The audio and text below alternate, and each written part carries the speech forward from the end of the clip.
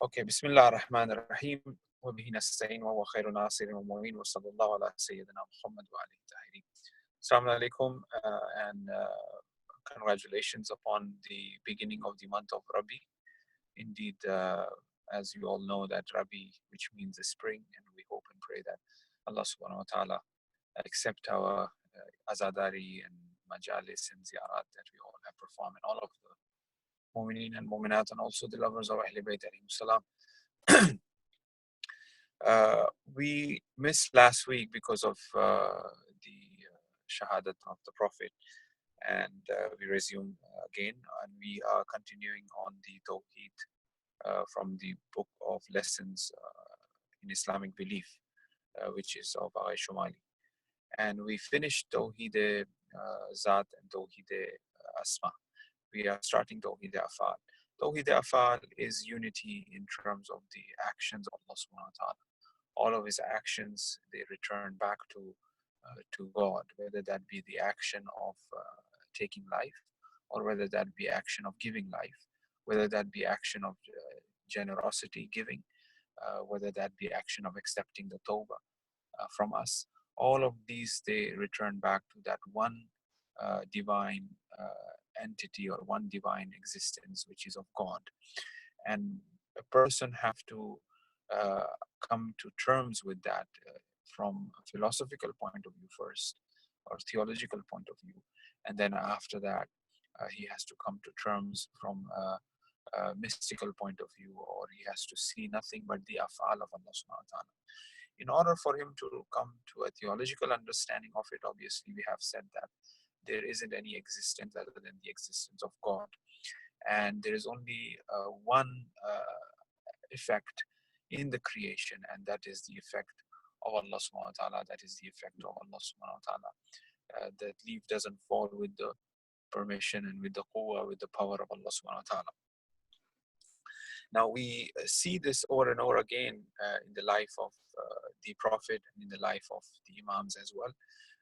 The verse that we could address here, which you all know, is that وَمَا رَمَيْتَ إِذْ رَمَيْتَ وَلَكِنَّ اللَّهَ رَمَى, which means that when a Prophet is shooting in the arrow, Allah regards this action to be his action, not the action of the Prophet.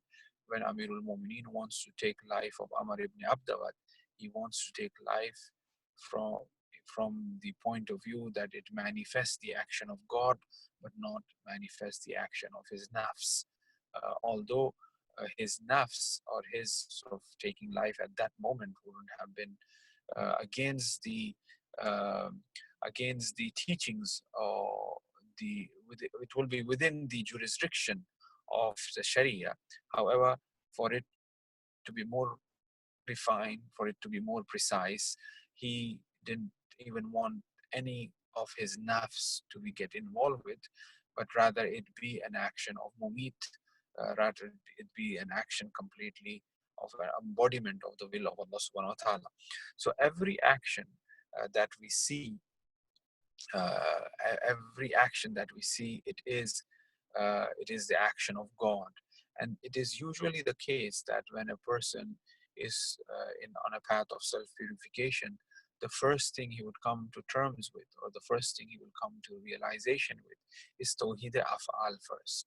He would understand Tawheed Af'al first, after that Tawheed Asma, and then after that Tawheed Zat as an insan. Obviously, Tawheed Zat is for those who are extremely on a level of kamal and perfection. When we are talking about Tawheed Af'al, we perhaps, and Tawheed Asma as well, we might be able to kind of with the teachings of Ahlul Bayt, with the du'as of the Imam of the time, with the help of Allah subhanahu wa ta'ala, one would perhaps be able to have a glimpse of it if he is on this path and he's striving for it. But Tawheed Afal, he might have much more of a room there for a person to really glimpse that. Now, Tawheed Afal is where he sees the actions, and all of these actions, they all return back to Allah subhanahu wa ta'ala. So that is what Tawheed Afal means, where he sees these actions, the power, the destiny that he's been shaped and formed for. He's regarding this destiny from God, and he's accepting it and he's seeing it. And even if he wants to bring a change in that, even that change is done through the will and through the quwwah, through the power of Allah subhanahu wa ta'ala. Imam Hussein alayhi salam, like as we said, was overwhelmingly repeating the zikr of La hawla wa la quwwata illa billah, point out to that this quwwah, this power that he is conquering, that he is killing, is nothing but the quwwah and power of God. And the challenges that he is facing, those challenges is also from the power of God. So both ways, he is basically nothing but witnessing or seeing the actions as the actions of Allah subhanahu wa ta'ala. Now, now for the person to really discern that, the discerning of that this action is from an enemy, but at the same time he's regarding this to be the action of God, and his reaction to that, his response to that, that is his response, but at the same time this response is also from the power of God. This is very very subtle, it's very refined, where a person have to really by practice over and over again come to the understanding of it and see that as well. Now, uh, uh, Imam Hussein, when he's saying La hawla wa la quwwata illa billah, that means when he's conquering, when he's killing, when he's feeling powerful, he's saying that this is not his power, but this power that he has is the power of God.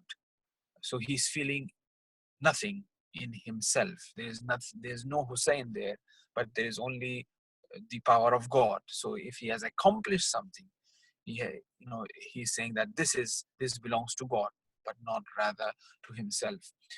The ulama akhlaq have clearly mentioned that in this path of understanding of spiritual wayfaring, anything of ego remains, even if that be a bit. Imam Khomeini mentions that even if even if there be a bit of ego in a person remain in this self-purification, then obviously this ego will take the place of shaitan, and shaitan will manifest this as a sifat of rububiyat, as a sifat of lordship. So we are saying that la hawla wa la quwwata illa billah.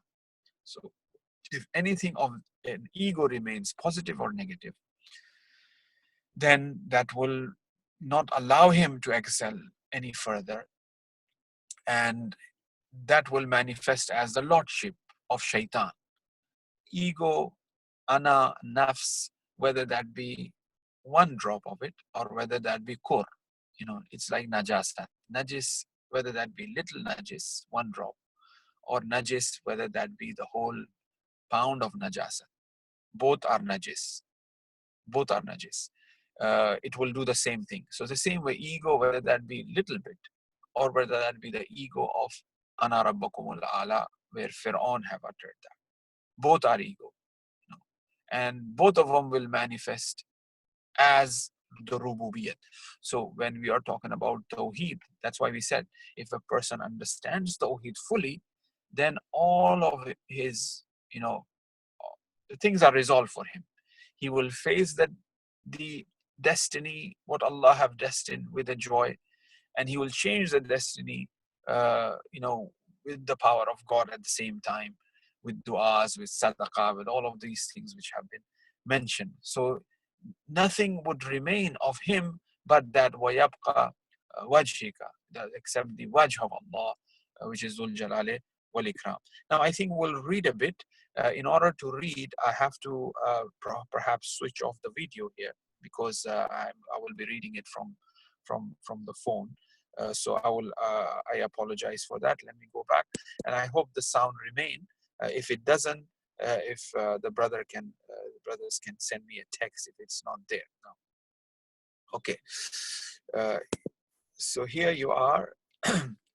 Unity of his divine acts. At-tawheed fil af'al. This means that whatever happens in this world is an act of God. There is no one who can do anything in this world except God. If we do anything, it is again created by God. We are able to act and do, but it is all by extension of the power that God has created in us. An example to better understand this is when you insert a key in a lock and turn it to unlock the door. We may express it is the key unlocking the door, but in actual fact, it is not only the key that is unlocking the door, it is the hand turning the key in the lock. And in reality, it is not even the key and your hand which are turning the key. It is you that is behind all these movement of the wrist, the fingers, the key, and the lock. So we do have some role in our actions. But after careful assessment, we conclude that it is all an act of God, most glorified, and that there is nobody that can do anything in this world unless it has been not only permitted and authorized by God, but also created by God.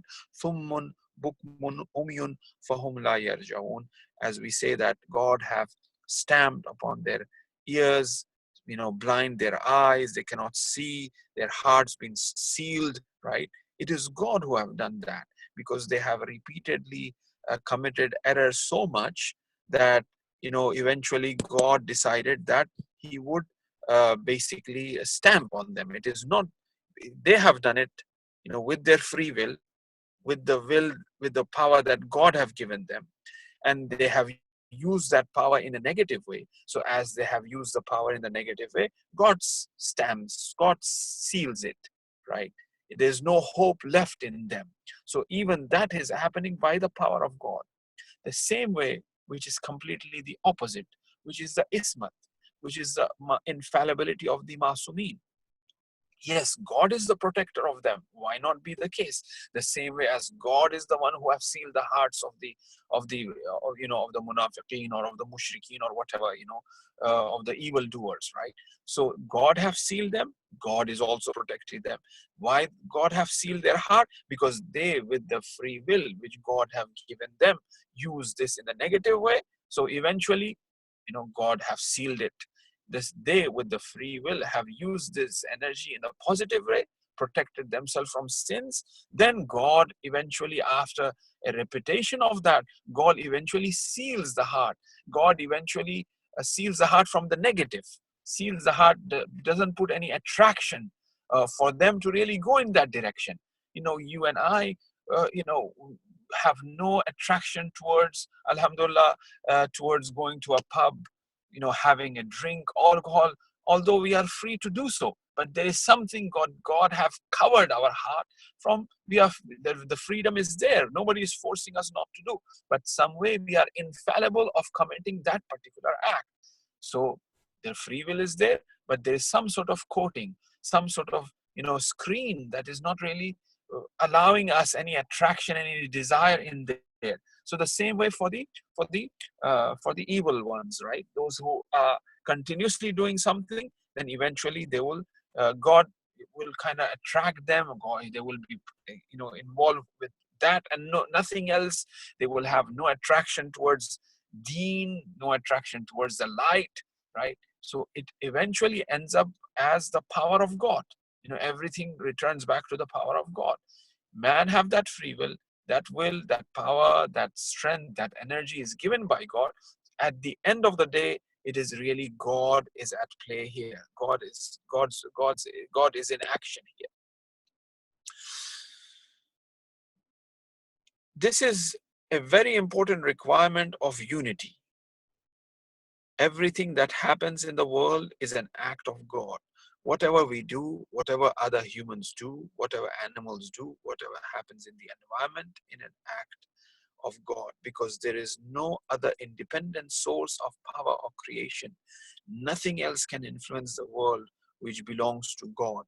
The only time we could have thought that there may be other doers is if there were to be two, three, or more gods, each with their own sphere of action and territory within which to act. We have only one God, however, the one world which is very consistent, interrelated, and interwoven. This is one of the main reasons for the unity of God. For if there were to be two gods, there have been chaos and endless conflict between the worlds which belong to these two gods and their territories, and there could be no interaction between these two territories. It is philosophically impossible for two eternal beings to coexist with their own territories. An example to further illustrate the impossibility of this is through the thought present in one's mind. The ideas present in my mind totally depend on me. If I was to imagine a car in my mind, there is no way that car is mine.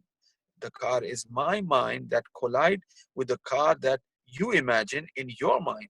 Even if we were to imagine an exactly the same time, there can be no interaction between them. Therefore, we have one God and one world, and whatever happens within it is created by Him. Even the bad things that we do without giving any legitimacy or endorsement to them, we must still accept that these are creations of God carried out through a human being which has been given free will. Now, for example, if some of them they tend to point out to that God have like the Mu'tazilite, that the God have created the creation as in He left, and we are independently, uh, acting the way we want to. Then that this means that the power we have here is not shared by God. God have no control over it if He wants to control. There's a conflict of qudra and power.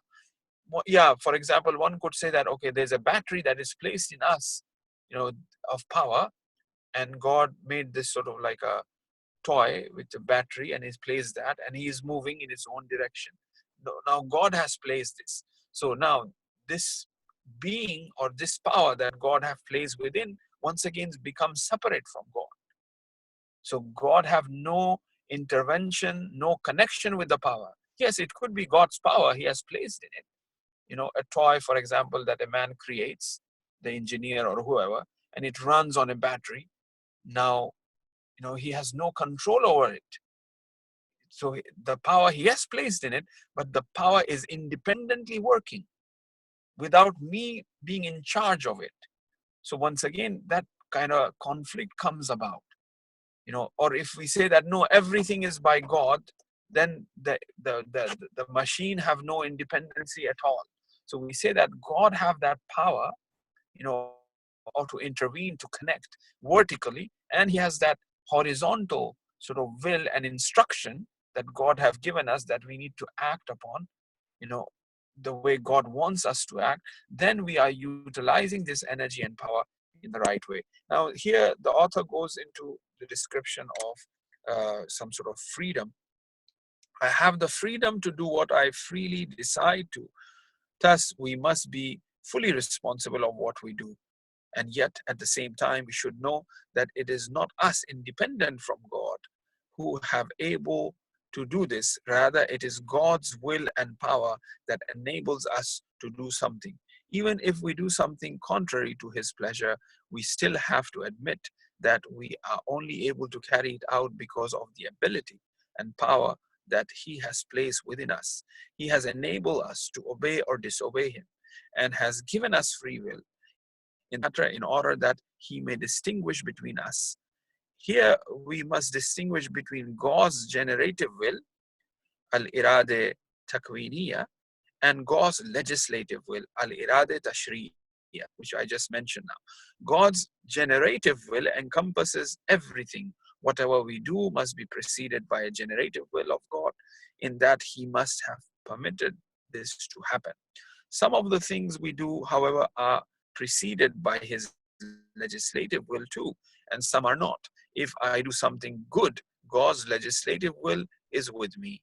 And if I disobey Him, then I have acted against His legislative will, even though my action is still under the umbrella of His generative will. So no sinner can think that by sinning he has defeated God, even though his sin has gone against God's legislative will. An example to illustrate this is if I, as a parent, give my child some money to go and buy some nutritious food, or a good book warning him not to buy cigarettes or junk food. I may then watch him from distance to see what he would do. I have given him money to be used as he chooses, even though it is clear where my pleasure lies. And I'm watching, though not intervening. If he decides to buy cigarettes with his money, it goes against my pleasure, but it is still within my will of putting the money at his disposal. If he buys good food, he has my extra blessing. Similarly, God permits the bad that happens in this world as a natural consequence of the free will he has given us. But this does not mean he endorses the bad that happens. Furthermore, he allows it to continue for his very mercy, giving respite and time for remorse and change and learning. He does not destroy or punish those who misbehave or commit sins and mischief immediately. So, whatever happens in this world is an act of God. Now, here, what is of importance here is that the most valuable thing to God is his is insan, is a human being. You know, that is the most valuable thing. God, because because of its complexity. Insan is a very complex being. Imagine the spirit coinciding with the matter, substance, the soul, and functioning together completely. That is pure, immaterial. وَنَفَخْتُ فِيهِ مِنْ رُوحِي. And then here you have physical body as well. So it is a very complex reality, and that is why God tend to allow insan a great a room of freedom by which he could return back. For example, in the case of Pharaoh, we find that how God have over and over again given chances to Pharaoh to the last minute, where God asked Moses what was Pharaoh saying in the last minute. Moses said he was asking for help to save his life. And God replied that if he would have asked me once, I would have done so. Because, oh Moses, you have not created Pharaoh, I have created Pharaoh. So I know, my creation, and how I am, how God is merciful towards his creation. So his mercy, which encompasses everything, allows us to commit a mistake, to realize it and return back to him, because God desires kamal, perfection, for every created thing. That's what he desires. So in order that, as he desires that, out of his wisdom, that freedom is provided to him, to insan. So God has known we are always being created, and if for a moment we cease to be created, we cease to exist. I think this is where. So whatever happens in this world is an act of God. Yes, we did that. God. And let me go back to the paragraph. So whatever happens in this world is an act of God, and this relates to the creation of the world as a first act, as well as ongoing process of creation every single moment. The flow of the river is never the same, just as you are not exactly the same person you were a second ago. There is a continuous process of creation happening, but because of the continuity, we feel it is the same. We are always being created, and if for a moment we cease to be created, we cease to exist. God has no need to destroy. He just has to want us for a second, and we would all cease to exist. He just has to not want us for a second. So if, just like our imagination, as soon as we focus to some other imagination, we imagine a white car, or as soon as we say a red car, we change to a red car. So that white car is gone. So the same way is the creation of God. As soon as God doesn't have this link to us, will be completely gone. Page, the next page. Somehow Similar to this is the process of thinking in our own minds. If I were to imagine a rose in my mind, this rose is totally dependent on me to exist. If I replace it with another thought, it will stop existing. I don't need to have someone come over, take it, and throw it away. I simply have to stop thinking about it.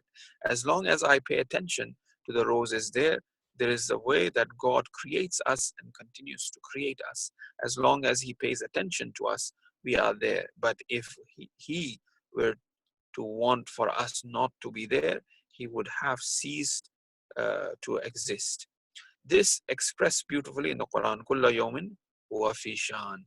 Every moment he is engaged in some work. So every second he is doing something. The movement of my hand is linked to the power of God. My imagination to God. Yours, sitting, you're eating, you're drinking, you're, thinking, all is connected to the power of God.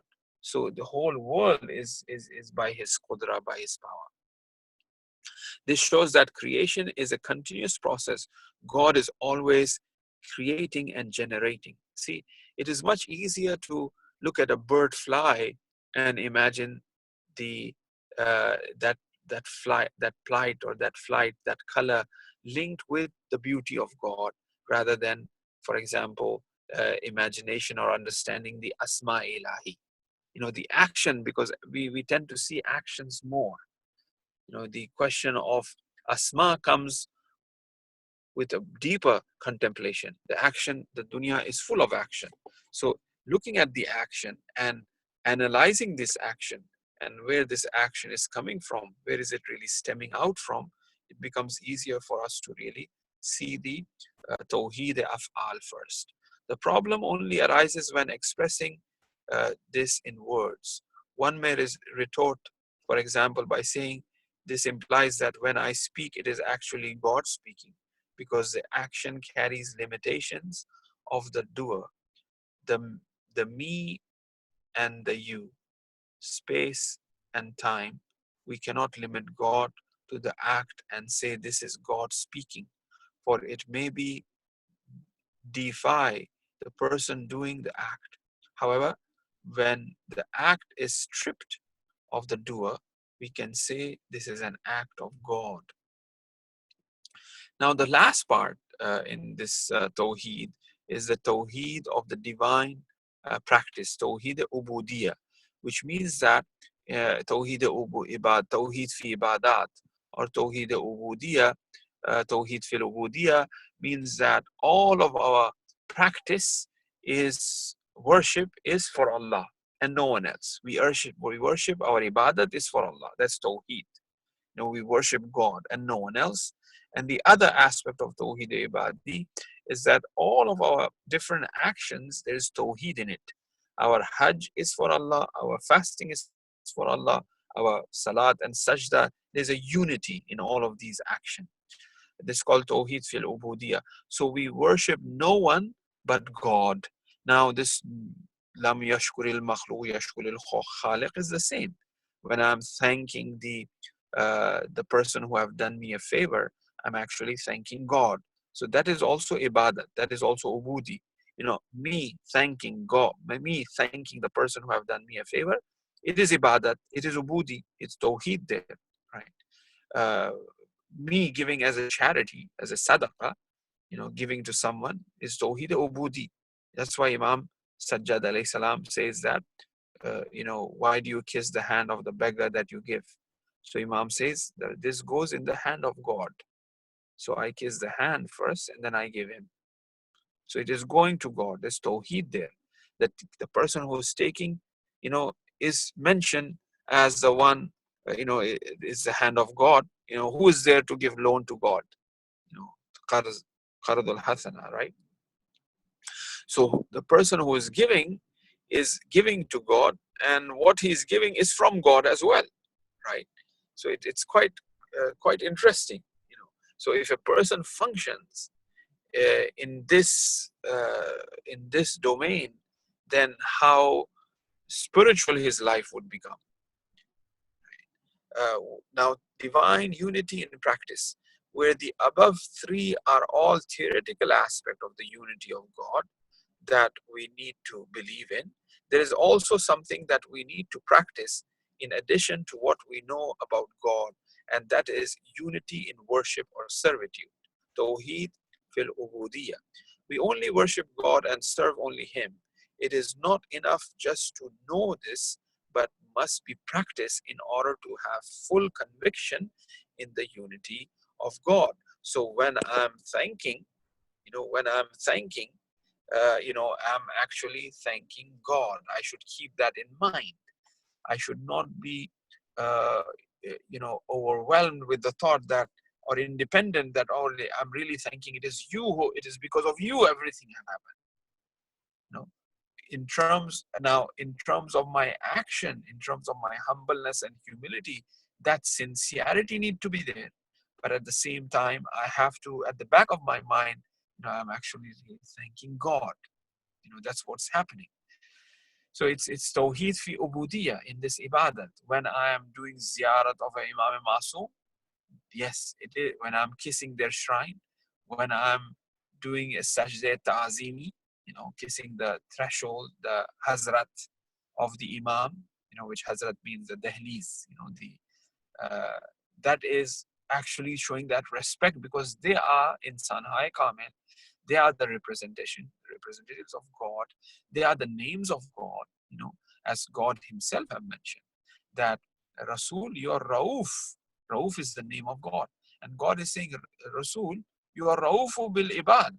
You are Rauf to the ibad, to the people who are, ibadat guzar. So Prophet is Rauf. Who is Rauf? Allah is Rauf.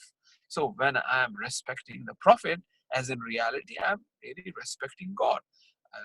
Al-izzatu lillahi wa li rasulihi wa lil mu'mineen. So when I am doing izzat to a moment, when I am respecting a moment, I'm actually respecting God. So the way I should respect a moment, it should be the same way as I respect God. So what a beautiful community that would be, that we respect each other in the same fashion as we respect God.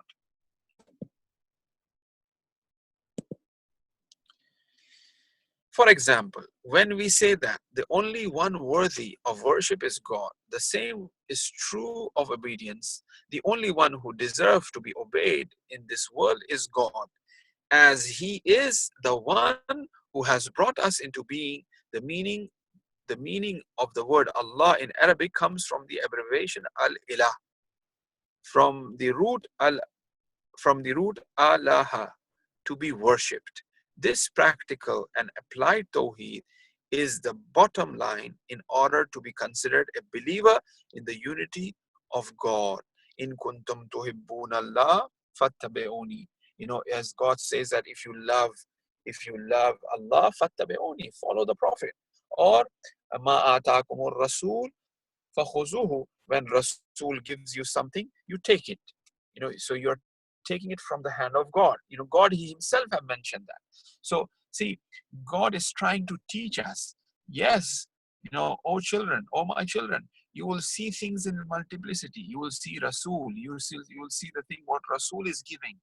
These are the different things that you will see. But in reality, there is a fine line. There's a fine sort of stream, a thread in all of these things, and that is my tawheed. And Islam is the religion which have introduced tawheed in this complex way. That is why it is the last religion. And man have the potential and the capacity to comprehend and understand that. And it is the love of Ahl Bayt which tends to open our heart to understand this precise beauty of tawheed, the way Ahl Bayt have introduced. Bika araftuka wa anta dallaltani alayk. It is not a joke. Where Imam Hussein is saying that I know you because you have showed me yourself.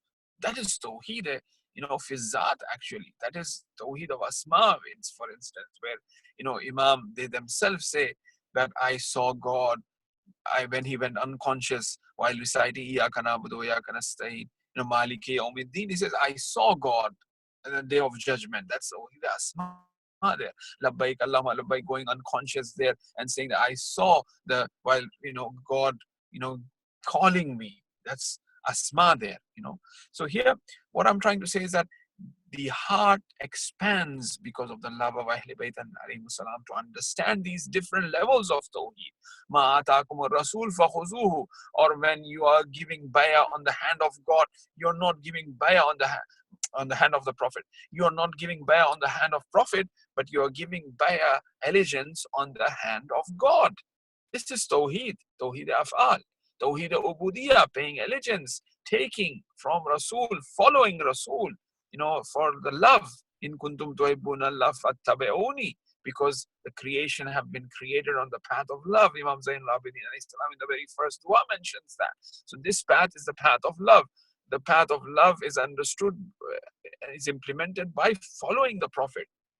Love once again have that aspect. Love of Ahlul Bayt have that aspect.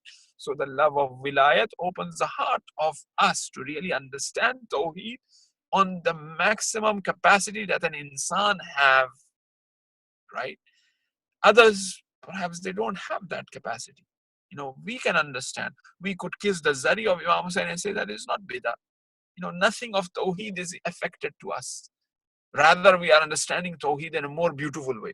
By reciting the ziyarat, we will say that, oh, this is bidah, you are worshipping, you are praying. I'm sorry, not. This is really making our Tawheed more clear, more understand the way really Quran wants to understand the Tawheed.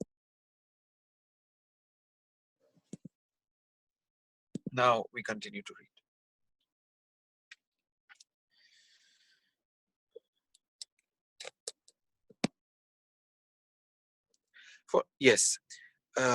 Satan himself, before his fall from paradise, was one of the intelligent beings who had understood God's unity very well.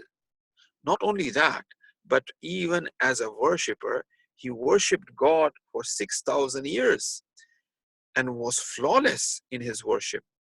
What he lacked, however, was obedience to God in its true sense, which led to him banishment. One cannot believe in God in theory and worship him, but not obey him.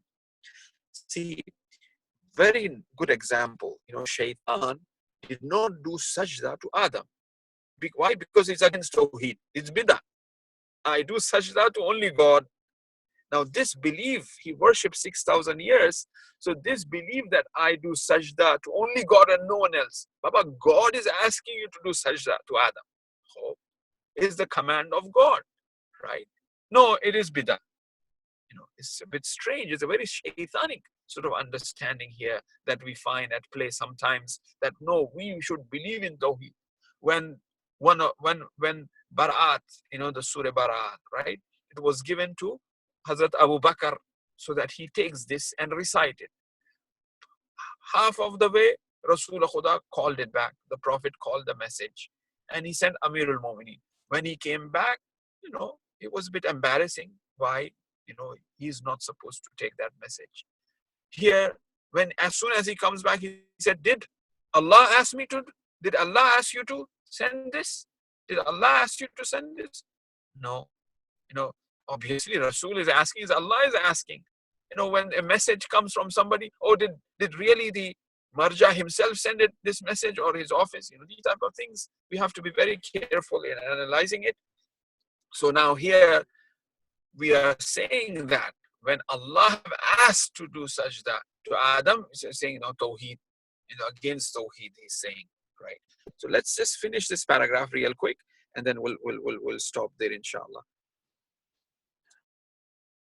God has created us free. No one can ask me to obey him except for God. The people who have authority from God, like prophets, imams, and parents, we do obey them, but only because God has asked us to obey them. God has commanded us to respect and obey our parents. Even if one has children and grandchildren, he must still obey his own parents. This is the authority that God has given to parents. If, example, your father, however, asks you to do something contrary to God, then automatically loses that authority. We do not obey anyone by disobeying God. there may also be people that we voluntarily accept to obey, such as a leader or president that we choose to obey, but he does not actually have authority of his own, only the authority that we ourselves bestow on him. So no one other than God has authority for himself. It is only God who deserves our obedience. For other than that, we have been created free. This has lots of implication in the political theory of Islam. We are very free people in Islam, and no one has the right to impose authority on a people, and there are very specific guidelines and techniques on how to concentrate power in a way that does not conflict with the rights of people.